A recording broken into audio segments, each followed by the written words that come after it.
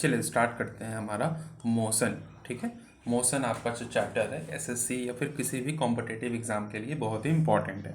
ठीक है, ये हमारा आरआरबी एनटीपीसी वाली बैच चल रही है। ठीक है, आरआरबी एनटीपीसी वाली बैच जो स्टार्ट है इसमें हम लोग कवर करने वाले हैं। ठीक है, रेस्ट एंड मोशन, सबसे पहले दोनों का डेफिनेशन समझिए कि रेस्ट और मोशन में क्या अंतर होता है। कह रहा है कि if the position of an object does not change as time passes, जैसे जैसे टाइम बीतता है अगर ऑब्जेक्ट का पोजीशन चेंज नहीं हो रहा है तो वो क्या कहेगा, रेस्ट में कहेगा। क्या कहलाएगा, रेस्ट में कहेगा। And if the position of object changes as time passes then it is should to be in motion, और अगर ऑब्जेक्ट का पोजीशन चेंज हो रहा है तो वो क्या है, मोशन में है। इस चीज़ को ऐसे समझिए, जैसे आप यहाँ पे बैठे हुए हैं। ठीक है, यहाँ पे एक पेड़ है।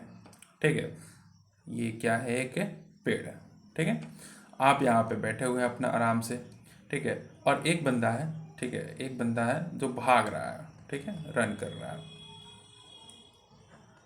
ठीक है, आप अब टाइम यहाँ पे, ठीक है, इस वाले समय पे जो टाइम है हमारा, ठीक है, टाइम है हमारा 2 बजा हुआ है मान लेते हैं। ठीक है, फिर कुछ सेकंड बाद ये बंदा जो है यहाँ पे आएगा। ठीक है, और अब टाइम हो गया मान लीजिए 2:10। तो यहाँ पे आप देख पा रहे हैं कि आपका जो पोजीशन है वो क्या है, रिमेंस कांस्टेंट।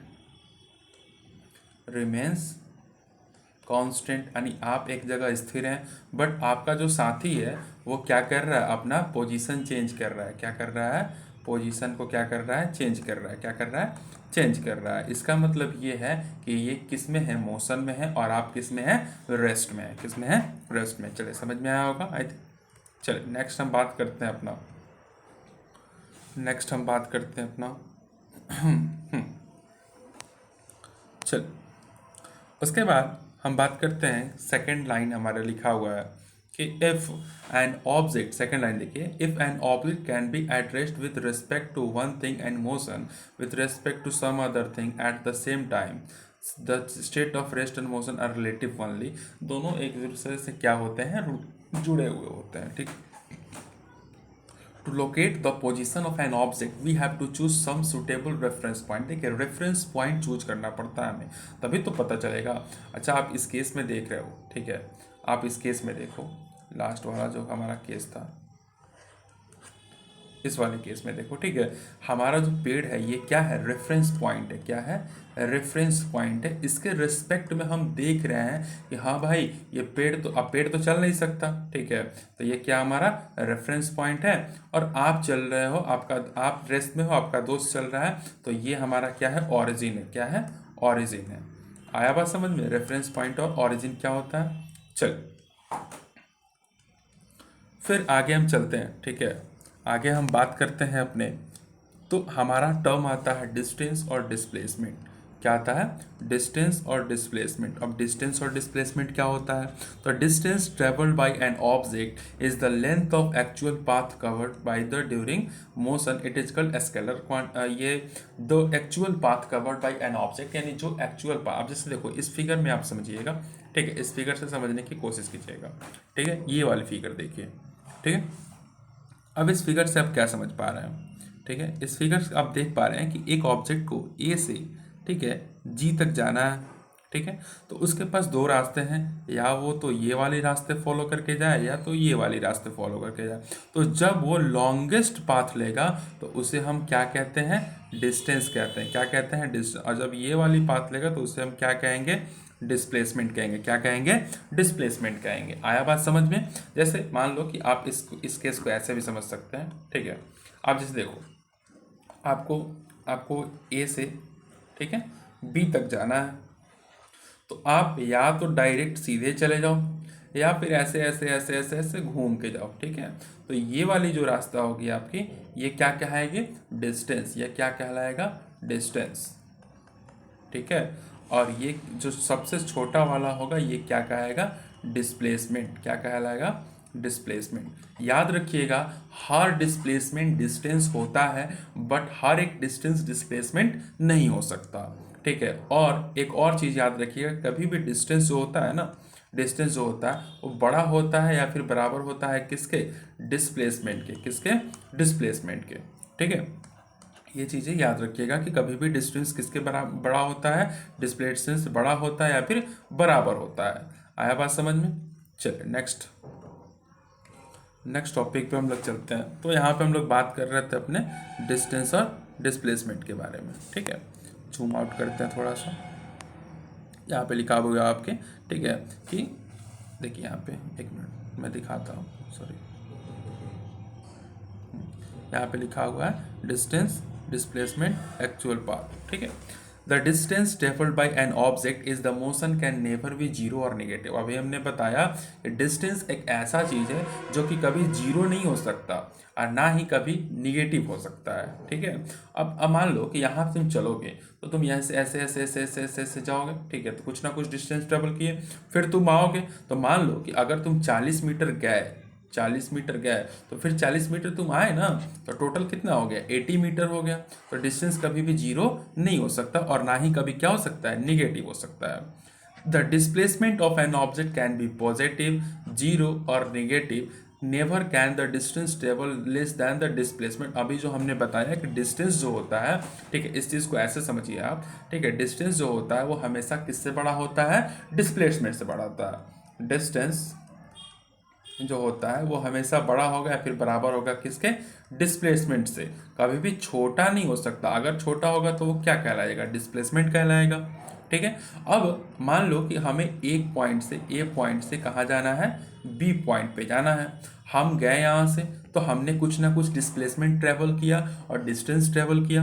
ठीक है, अगर मान लो कि ए से बी तक जाने का सिर्फ एक ही यही रास्ता हो, यही रास्ता हो, तो ये डिस्टेंस भी है और डिस्प्लेसमेंट भी है। और अगर अनदर रास्ता हो तो वो क्या कहलाएगा, डिस्टेंस कहलाएगा, क्योंकि ये लॉन्गेस्ट पाथ है। क्या है, लॉन्गेस्ट पाथ है, और ये क्या है, शॉर्टेस्ट पाथ है।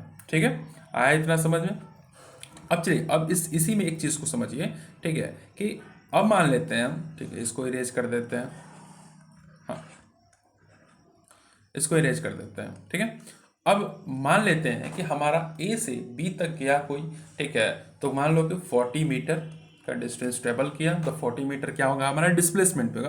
बट अगर वो बी से फिर ए की तरफ आता है, यानी ए से बी की तरफ जाता है एक बार और बी से ए की तरफ आता है एक बार, तो हमारा जो डिस्टेंस होगा, हमारा जो डिस्टेंस होगा वो तो होगा 40 मीटर गया प्लस 40 मीटर आया, यानी हमारा कितना हो जाएगा, 80 मीटर। कितना हो जाएगा, 80 मीटर। बट डिस्प्लेसमेंट जो होगा वो हमारा हो जाएगा जीरो। क्या हो जाएगा, जीरो। क्यों, क्योंकि 40 मीटर गया माइनस 40 मीटर आ भी गया, यानी अपने ओरिजिनल पोजीशन पे आ गया, तो हमारा क्या हो जाएगा, जीरो। क्या हो जाएगा, जीरो। बस यही चीज समझाने के आपकी प्रयास कर रहे हैं कि आप समझिएगा कि डिस्टेंस कभी भी जीरो नहीं होता। Displacement it may be possible कि जीरो भी हो जाए और निगेटिव भी हो जाए। अब निगेटिव किस केस में होगा, तो इस चीज को यहाँ पे समझिए। ठीक है, निगेटिव किस केस में होगा, ए से बी की तरफ गया, ये हमारा पॉइंट ए, ये हमारा पॉइंट बी। ए से बी पे गए हम 40 मीटर। ठीक है, और फिर बी से ए पर आए, यानी एक बार तो हम गए, एक बार आए, बट हम ए से पीछे चले गए, कहीं पॉइंट सी पे चले गए। ठीक है, तो यहाँ का बी से सी का टोटल लेंथ हमारा मान लेते हैं 60 मीटर। ठीक है, तो हम 40 मीटर गए, -60 मीटर आ गए, यानी हमारा -20 मीटर हमारा क्या हो जाएगा, क्या हो जाएगा, डिस्प्लेसमेंट हो जाएगा। क्या हो जाएगा, डिस्प्लेसमेंट हो जाएगा। तो समझ में आया, डिस्प्लेसमेंट कभी भी निगेटिव हो सकता है, पॉजिटिव हो सकता है या फिर जीरो हो सकता है, बट डिस्टेंस कभी भी जीरो या फिर निगेटिव नहीं होगा। ठीक है, चलिए नेक्स्ट हम अपना बात करते हैं। हाँ, चलिए इस पे बात करेंगे हम लोग। ठीक है, कह रहा है कि both distance and displacement have the same unit. Both distance and the displacement have same unit का मतलब है कि डिस्टेंस को भी हम किस में मेजर करते हैं, मीटर में मेजर करते हैं, और डिस्प्लेसमेंट को भी हम किस में मेजर करते हैं, मीटर में मेजर करते हैं। ठीक है, इसमें मेजर करते हैं, मीटर में मेजर करते हैं। समझ में आया आपको? चलिए नेक्स्ट पेज पे हम लोग चलते हैं अपने, नेक्स्ट पेज पे हम लोग चलते हैं अपने, ये रहा हमारा नेक्स्ट पेज। ठीक है, अब इसमें क्या कहता है, एक मिनट जूम आउट कमेंट कर लेता हूँ आपको, ठीक है। अब इसमें क्या कह रहा है, uniform and non uniform motion के बारे में आपको पढ़ना है, ठीक है।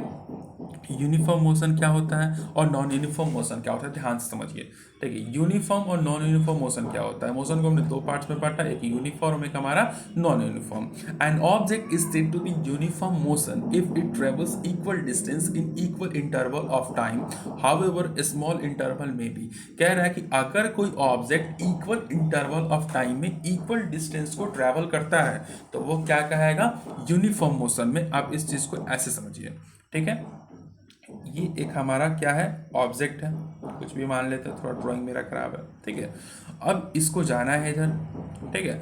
अब क्या होगा कि कुछ कुछ टाइम इंटरवल, जैसे टी वन में ये 2 सेकंड में कितना डिस्टेंस गया, D1 गया, कितना गया, तो मान लेते हैं 4 मीटर गया, ठीक है।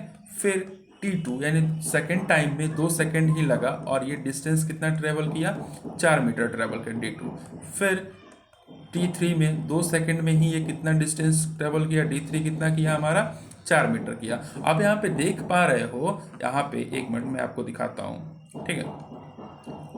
अब यहाँ पे आप देख पा रहे हो कि टाइम 2 सेकंड 4 मीटर, 2 सेकंड फिर 4 मीटर, फिर अगले 2 सेकंड, फिर अगले 2 सेकंड में हमारा कितना गया, 4 मीटर। आप इससे क्या अंदाजा लगा पा रहे हो कि ये जो ऑब्जेक्ट है, ये जो ऑब्जेक्ट है, ठीक है, ये जो ऑब्जेक्ट है ये किस में है, ये किस में है, यूनिफॉर्म मोशन में है। किस में है, यूनिफॉर्म मोशन में। किस में है, यूनिफॉर्म मोशन में है। आया बात समझ में। वही यहाँ पे लिखा हुआ है कि if an object travels equal distance in equal interval of time, then object is said to be in uniform motion. यानी वो ऑब्जेक्ट कहाँ होगा, हमारा यूनिफॉर्म मोशन में होगा। चलिए नेक्स्ट पेज पे हम बात करते हैं अपने, हाँ नेक्स्ट पेज पे अपने बात करते हैं। इसमें लिखा हुआ है नॉन यूनिफॉर्म में कैसा होगा, तो if an object travels is said to be non uniform motion if it travels unequal distances in equal interval of time. यानी इसको ऐसे समझिए, ये हमारा फिर से वही ऑब्जेक्ट है, ठीक है। हम मान लेते हैं कि ये हमारा क्या है, ऑब्जेक्ट है, इसको इधर जाना है, ठीक है। यानी इक्वल, यानी T1 लगा हमारा 2 सेकंड का और डिस्टेंस गया ये बेचारा 4 मीटर, ठीक है। फिर T2 हमारा लगा 2 सेकंड का, बट ये जो डिस्टेंस गया हो सकता है इसको जल्दी हो और ये 6 मीटर चला गया हो, ठीक है। अब आप देख सकते हो T3 भी ले लेते हैं। T3 हमारा 2 सेकंड का है, बट ये D3 यानी हमारा 8 मीटर गया। अब आप देख पा रहे हो कि 2 सेकंड में हमारा 4 मीटर गया, फिर अगले 2 सेकंड 6 मीटर गया, फिर अगले 2 सेकंड में हमारा कितना गया, 8 मीटर गया। यानी ये जो ऑब्जेक्ट है वो किस में है, नॉन यूनिफॉर्म मोशन में है। किस में है, नॉन यूनिफॉर्म मोशन में। किस में है, नॉन यूनिफॉर्म मोशन में। समझ में आया आपको, ठीक है। इसी में डेफिनेशन में लिखा हुआ है the object is said to be in non uniform motion. आप ऐसे समझिए इसको, ठीक है। The object is said to be in non uniform motion if it travels unequal distance. देखिए अनइक्वल डिस्टेंस है कि नहीं, in equal interval of time, तो हम उस ऑब्जेक्ट को क्या बोलेंगे, नॉन यूनिफॉर्म मोशन में वो ऑब्जेक्ट है। चलिए नेक्स्ट हम बात करते हैं अपने, यूनिफॉर्म नॉन यूनिफॉर्म समझ में आया आपको। चलिए अब बात करते हैं अपने स्पीड के बारे में। अब भाई स्पीड क्या होता है, ठीक है। स्पीड क्या होता है, स्पीड क्या होता है, तो speed is a body, speed of a body is defined as the distance travel by a body in unit time. The SI unit of speed is metre per second. Speed का formula आपको यहाँ पे दिया हुआ है, अब इसको समझिए, ठीक है। स्पीड का अगर आप फॉर्मूला देखोगे, डेफिनेशन तो आप देख लिए, ठीक है। स्पीड का अगर आप फॉर्मूला देखोगे तो लिखा रहता है डिस्टेंस अपॉन में टाइम। क्या लिखा रहता है, टाइम, ठीक है। जैसे मान लेते हैं कि हमारा एक ऑब्जेक्ट है यहाँ पे, ठीक है। अब इसको इधर जाना है, मान लेते हैं कि ये जो डिस्टेंस किया वो था हमारा 20 मीटर और इसको जाने में टाइम कितना लगा, 10 सेकेंड का लगा। कितना लगा 10 सेकेंड का। तो हम पूछेंगे कि बताइए इसका स्पीड कितना होगा, इसका स्पीड कितना होगा। स्पीडोमीटर लगा होता है ना बाइक वाइक में, तो स्पीड कैसे निकालते हैं बताइए, तो डिस्टेंस अपॉन टाइम कर देंगे। यानी हमारा 20 मीटर बाई टाइम कितना है, 10 सेकेंड। यानी हम कह सकते हैं कि इसका स्पीड जो है 2 मीटर पर सेकेंड है। क्या है, 2 मीटर पर सेकेंड है। अगर एसआई यूनिट की बात करें, एसआई यूनिट की बात करें तो एसआई यूनिट क्या होता है, अच्छा डिस्टेंस का क्या होगा मीटर और टाइम का क्या होगा सेकेंड, यानी इसका होगा metre per second SI unit. ठीक है, आई थिंक आपको समझ में आया होगा इतना। चलिए नेक्स्ट हम बात करते हैं अपने, हाँ ठीक है, नेक्स्ट हम बात करते हैं इस पे। उसके बाद कह रहा है कि if s is the distance traveled by a body in time t, then speed is equal to v by st। अभी जो हमने बताया कि इसी को ये शॉर्ट फॉर्म में दिया है। ठीक है, if speed of a body is scalar quantity, हाँ स्केलर क्वांटिटी होता है। अब देखिए एक टर्म समझिए, स्केलर और वेक्टर क्वांटिटी। ठीक है, स्केलर क्वांटिटी क्या होता है, आपको पता है स्केलर क्वांटिटी क्या होता है?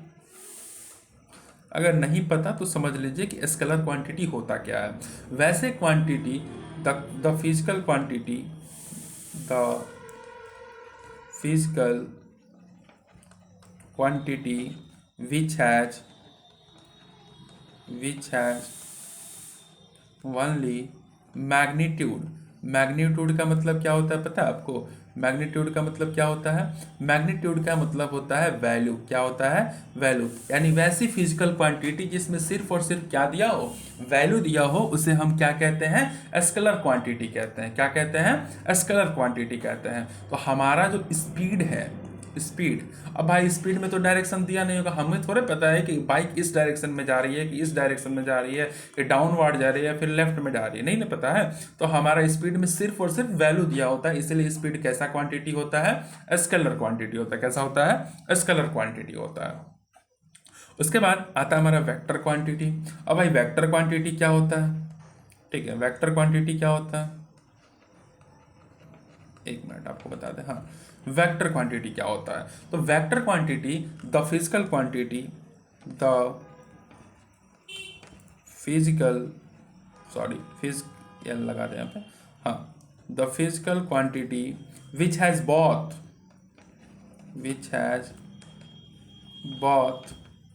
इसमें क्या रहता है? मैग्नीट्यूड भी रहता है, ठीक है, और एंड डायरेक्शन भी रहता है। और क्या रहता है? डायरेक्शन भी रहता है। ठीक है, इसमें हमारा क्या क्या आ गया अब बताइए। जैसे स्पीड एक स्केलर क्वांटिटी था, तो वेक्टर क्वांटिटी में हमारे क्या क्या आते हैं बताइए? वेक्टर क्वांटिटी में हमारा डिस्प्लेसमेंट आ गया। डिस्प्लेसमेंट में देखते हैं ना, डायरेक्शन होता है कि हाँ भाई इस डायरेक्शन में जाओगे तो सबसे छोटा रास्ता तुम्हें पड़ेगा। ठीक है, चलिए तो स्पीड कैसा क्वांटिटी होता है हमारा? कैसा क्वांटिटी होता है बताइए? ये हमारा होता है स्केलर क्वांटिटी। यहाँ तक अगर किसी को डाउट है तो पूछ सकते हैं आप कमेंट करके। ठीक है, उसके बाद हम चलते हैं अपने नेक्स्ट पेज पे। भाई इसी पे हमारा कहता है कि if a body covers equal distances in equal interval of time, however small the interval में be, then it is said to be uniform speed या फिर कांस्टेंट स्पीड। जैसे हम आपको पढ़ाया था ना यूनिफॉर्म मोशन और नॉन यूनिफॉर्म मोशन, सेम उसी प्रकार है कि अगर कोई body equal distance equal interval of time में ट्रैवल करता है तो वो क्या कहलाएगा? हमारा यूनिफॉर्म स्पीड में कहलाएगा, यूनिफॉर्म मोशन में कहलाएगा। और अगर equal unequal distance equal interval of time में ट्रैवल करता है तो उसे क्या कहेंगे हम लोग? नॉन यूनिफॉर्म स्पीड में कहेंगे। For bodies moving with non-uniform speed, we describe the motion in terms of average speed। Average speed क्या होता है? तो इन चीज़ों को समझिए। ठीक है, एवरेज स्पीड क्या होता है? एवरेज स्पीड को ही नॉन यूनिफॉर्म स्पीड भी हम कहते हैं। जैसे मान लीजिए कि एक हमारे पास ये बॉडी है, ठीक है, ये बॉडी है, इसे जाना है। अब ये T1 में ये गया 2 सेकेंड टाइम लगा, और D1 ये कितना गया आपका? D1 कितना गया? मान लीजिए 4 मीटर गया। ठीक है, फिर टाइम 2 भी 2 सेकेंड के लिए लगा, क्योंकि नॉन यूनिफॉर्म में तो टाइम तो इक्वल इंटरवल होगा। बट D2 ये गया हमारा कितना? ये गया हमारा, ये मान लेते हैं हमारा गया, सॉरी यहाँ पे 3 मीटर गया। ठीक है, फिर हमारा टाइम 3 ये भी 2 सेकेंड का हुआ, और ये D3 कितना गया हमारे पास? मान लीजिए कि T1 में 2 सेकेंड में 4 मीटर गया, फिर अगले 2 सेकेंड में 3 मीटर गया, कितना हुआ? 7 मीटर, और फिर T यानी 2 सेकेंड अगले में, तो हमारा कितना मीटर गया? तो ये हमारा मान लेते हैं कि 15 मीटर गया। कितना गया? 15 मीटर गया। अब अगर हम बात करें एवरेज स्पीड की, एवरेज स्पीड की, एवरेज स्पीड की अगर बात करें हम तो क्या लिखेंगे, total distance, total distance by total time, क्या होगा, टोटल टाइम होगा। यानी टोटल डिस्टेंस हमारे पास कितना है, d1 plus d2 plus d3, यानी हम लिखेंगे d1 plus d2 plus d3 by total time, यानी t1 plus t2 plus t3। क्या होगा हमारे पास बताइए इसका, ठीक है, d1 प्लस d2 करेंगे यानी 4 metre plus 3 metre plus 5 metre, तो 4 + 3 7, 7 + 5 12, 12 मीटर हमारे पास। और टोटल टाइम 2 यानी 6 सेकेंड्स का होगा, कट जाएगा, कितना आ गया हमारे पास, 2 मीटर पर सेकेंड। इसका एवरेज स्पीड हुआ, क्या होगा, एवरेज स्पीड हुआ। आया बात समझ में, एवरेज स्पीड कैसे निकालेंगे। चलिए नेक्स्ट हम बात कर लेते हैं अपने, ठीक है, एक मिनट, हाँ नेक्स्ट हम बात कर लेते हैं अपने, चलिए नेक्स्ट पेज पे चलते हैं हम लोग, ये तो पेज हमने कवर कर चुके हैं, ठीक है, नेक्स्ट पेज, हाँ यहाँ पे, चलिए यहाँ पे अब पढ़ेंगे हम वेलोसिटी के बारे में। अभी तक हमने क्या पढ़ा, स्पीड के बारे में कि यूनिफॉर्म स्पीड क्या होता है, अब पढ़ेंगे हम लोग वेलोसिटी के बारे में। कह रहा है कि वेलोसिटी, वेलोसिटी क्या होता है, तो velocity of a body is defined as the distance traveled by a body in unit time। यहाँ पे distance ना लिख करके हम लिख सकते हैं displacement। क्या लिख सकते हैं, displacement। क्या लिखेंगे, displacement। यानी किसी भी बॉडी के द्वारा कितना डिस्प्लेसमेंट किया जाता है वो उसका क्या होता है, वो उसका क्या होता है, वेलोसिटी होता है। क्या होता है, वेलोसिटी होता है। चलिए इसको थोड़ा सा मिटा देते हैं हम, कहाँ गया, हाँ, और उसका क्या होता है, वेलोसिटी होता है। अब इस चीज़ को समझिए, वेलोसिटी के जो फॉर्मूला होता है वो होता है distance travel in given direction by time taken. यानी वेलोसिटी का फॉर्मूला होता है डिस्प्लेसमेंट बाय टाइम। इस चीज़ को ऐसे समझिए आप, ठीक है, कि एक पॉइंट है ए, ठीक है, यहाँ से हमें कहाँ जाना है, बी पे जाना है, ओके। अब हम जो शॉर्टेस्ट, सबसे शॉर्टेस्ट रास्ता होगा वो यही तो होगा, एकदम स्ट्रेट लाइन, ठीक है। तो यहाँ पे डिस्प्लेसमेंट कितना होगा, मान लेते हैं कि हमारे ए से जाने का जो रास्ता है वो हमारा डिस्प्लेसमेंट ए टू बी जो है हमारा वो है 40 मीटर का, ठीक है। और इसे टाइम लगा कवर करने में कितना, इसको टाइम लगा कवर करने में 10 सेकेंड। तो हमारा वेलोसिटी क्या होगा, हमारा वेलोसिटी क्या होगा, 40 मीटर बाई 10 सेकेंड कैंसिल करेंगे, कितना आ जाएगा, 4 मीटर पर सेकेंड। ये हमारा क्या हो गया, वेलोसिटी हो गया। क्या हो गया, वेलोसिटी हो गया। याद रखिएगा वेलोसिटी और स्पीड में बहुत सारी चीज़ें जो होती हैं कॉमन होती है, जैसे इनके ऐसा यूनिट भी क्या होते हैं, कॉमन होते हैं, ठीक है।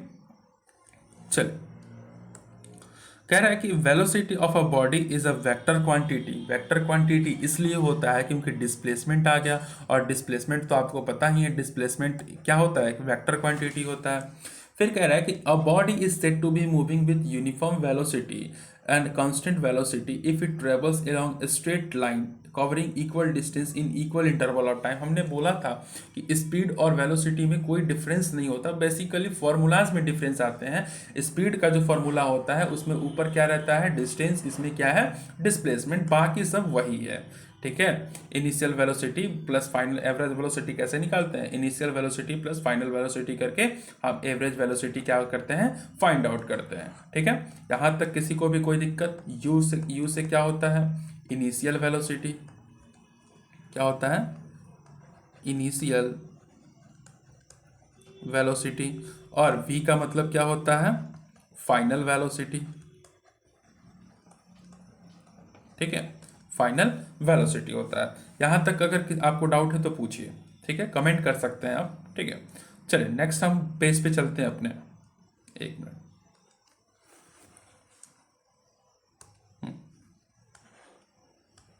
नेक्स्ट पेज पे चलते हैं।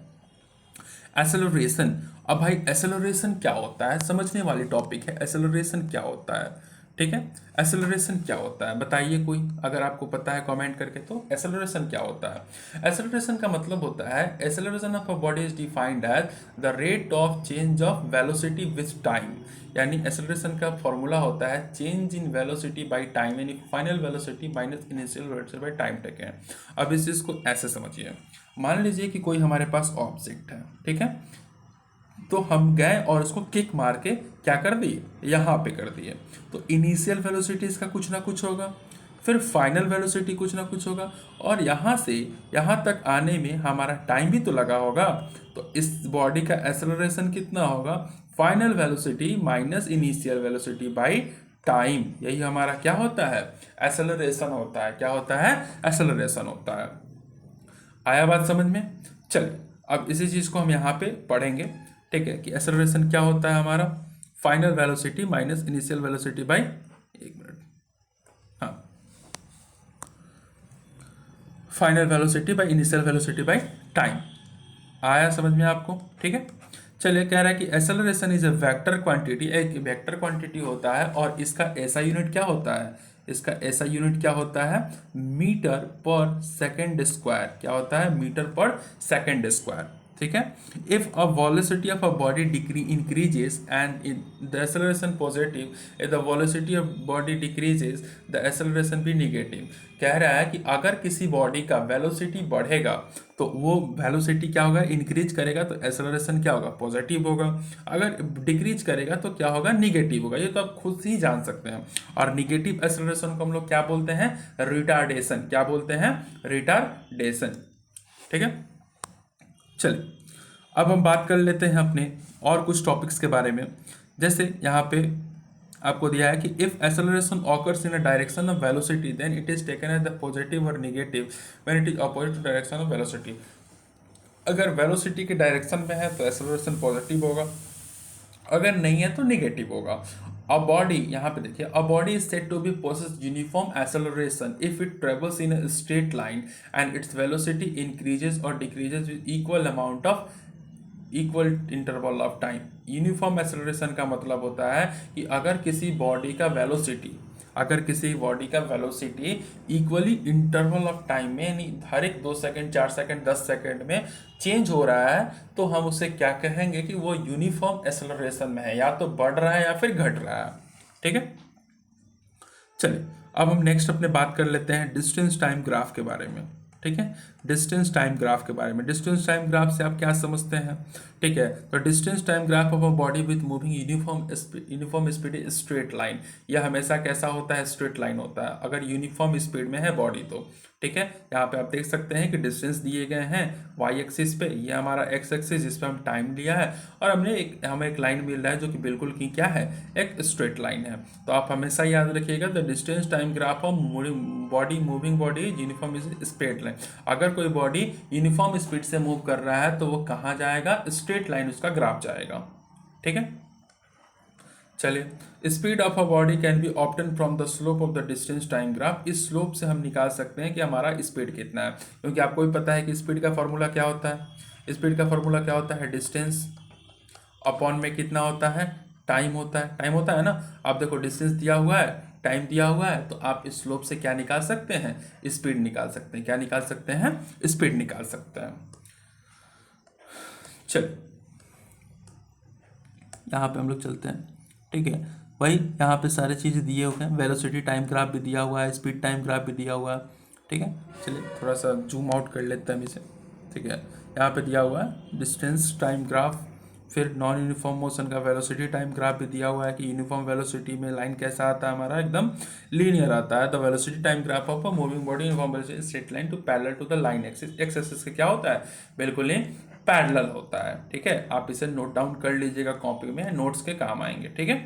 चलिए नेक्स्ट हम बात करते हैं अपने,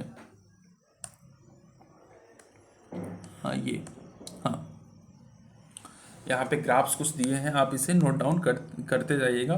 the velocity time graph of moving body uniform acceleration. अगर कोई बॉडी यूनिफॉर्म एक्सेलरेशन में मूव कर रहा है, अगर यूनिफॉर्म एक्सेलरेशन में मूव कर रहा है तो उसका लाइन कैसा आएगा, स्ट्रेट लाइन होगा। कैसा आएगा, स्ट्रेट लाइन होगा, जैसे आप इस ग्राफ से पता लगा सकते हैं, ठीक है।